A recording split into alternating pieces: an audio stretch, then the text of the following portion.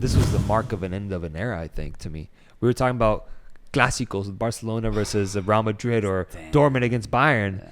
To me, Liverpool, Manchester City reached one of the highest technical displays of ability I've ever seen just between two prominent club teams. At its height, this matchup was incredible. And I remember we got to see one game together. It was the 2-1 at the Etihad. I think it was maybe like 2018, 2019, where Leroy Sané scored the game winner from that left side. But we saw an incredible display of just skill on the ball, IQ, quick reactions, amazing coaching, great players. It was so tight. Every single ball had to be perfectly placed. Otherwise, the other team would get it and go on a potential goal-scoring opportunity. And it was like that for essentially 4 to 5 years, man. Even last season, we saw some incredible matchups where I believe neither team beat one another. I think we saw multiple ties just last season as well, which ended up resulting in the title race with Liverpool losing by 1 point. When Salah arrived at Liverpool, I think was the start of that rivalry really starting to ascend itself to, I believe, this past weekend with Manchester City winning 4-1 and doing it in a fashion where Liverpool just did not look in it despite going up in those first 20 minutes. They just didn't look in it. They just don't have the tools anymore. They don't have the players, and they need to completely reset themselves in order to be able to compete the way they used to. Will they be able to do that? I certainly hope so, and that's something to talk about in the future, but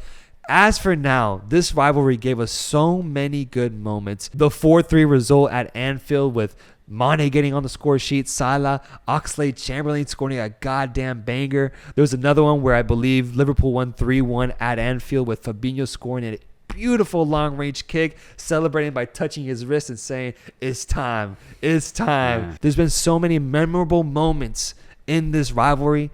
One of my favorites and one of the best displays of quality I've ever seen, man. And so I want to bid adieu to what was once an incredible matchup. And I hope, because it can still be kept alive if Liverpool spends money this summer, I hope that they can bring it back, man. I really do. No, man, Liverpool got me really scared after this match because they looked bang average. They looked like a mid-table type of Premier League team that's kind of down on their luck. They play good football, obviously, because they are a Premier League team at the end of the season, man. But, dude, they didn't look good, man. They did not look good at all. Gakpo looked great, though. Dude, his tight touches, fantastic. I'm excited for him. Other than that, man, happy to have him. I was thinking, how would you solve this if you're Liverpool? Is it a reset? Maybe not with management, but do you get rid of 4 or 5 players? I think that's what I mean when I say reset. Yeah. I think that getting rid of a Fabinho, getting rid of Milner, getting rid of Henderson is a big revamp right there. That's huge. That's our midfield. That'd be a huge thing to do. That, bro. Yeah. Get rid of that completely. And I mean, I'm just gonna I'm super idealistic here, super wishful. Mm-hmm. Get Bellingham in there. Yeah. Get a guy like Moises Caicedo. That'd be lit. That'd be fucking lit. Yeah. And then get yourself another really solid midfielder.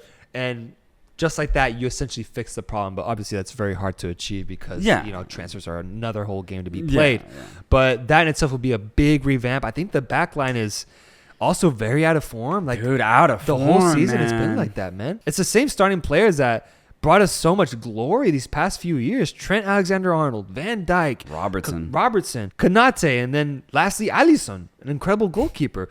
On the team sheet, they look like a perfect backline to have, but I don't know if it's at the mercy of the midfield. I don't know if it's at the expense of them that it's caused them so much havoc and trouble this season, but maybe switching a player there, maybe getting a backup so we don't have to rely on Joe Gomez when either Van Dijk or Konate gets injured. Making moves like that, kind of having more of a deeper squad available that has a lot of talent to offer.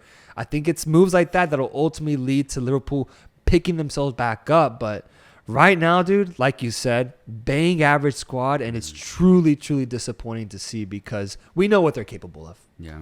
Would you get rid of Salah? Would you? Man, that gets tricky. It gets tricky, but I honestly wouldn't because this season, I think I saw a stat, he's accounted for 47% of Liverpool's goals all season.